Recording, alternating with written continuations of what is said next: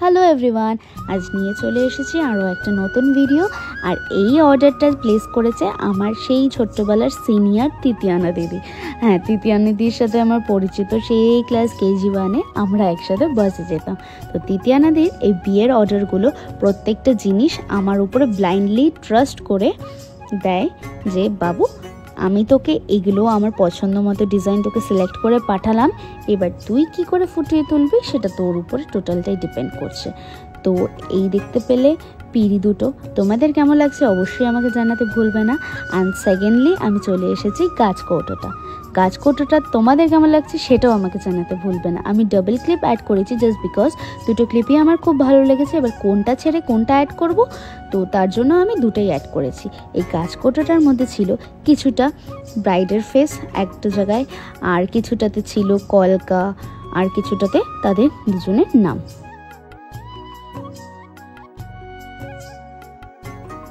And then চলে আসলাম আইবুড়ো ভাতের থালির সেট নিয়ে। এই আইবুড়ো ভাতের থালির সেটটা দুজনে ছিল, ব্রাইড অ্যান্ড গ্রুম বোথ। এই ডিজাইনটাও আমাকে তৃতীয়ানা দি সিলেক্ট করে পাঠিয়েছিল যে আমাকে এরমভাবে বানিয়ে দিস, সেই মতো করেই আমি গোটাটা ফুটিয়ে তুলেছি। দুটো প্লেটে দুজনের নাম লেখা ছিল, ব্রাইড আর গ্রুম বোথ। তারপর নিয়ে চলে আসলাম বেতের ধামা, যেটা দিয়ে অনেকেই সিঁদুর দান করে।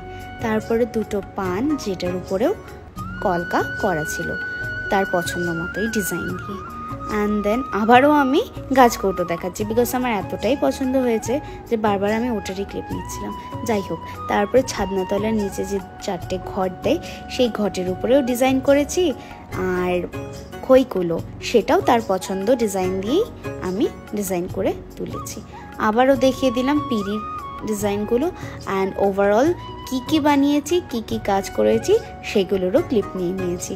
তোমাদের কেমন লাগলো প্রত্যেকটা ডিজাইন অবশ্যই আমাকে জানাতে ভুলবে না। And to all the upcoming brides, তোমরা যারা এখনও অর্ডার প্লেস করোনি তারা ঝটপট আমার সাথে যোগাযোগ করো নিজেদের পছন্দ মতো ডিজাইন দিয়ে বুক করার জন্য। তো আজকের মতো এইটুকুনি, দেখা হচ্ছে নতুন আরও অন্য কোনো ভিডিও নিয়ে। ততক্ষণের জন্য টাটা।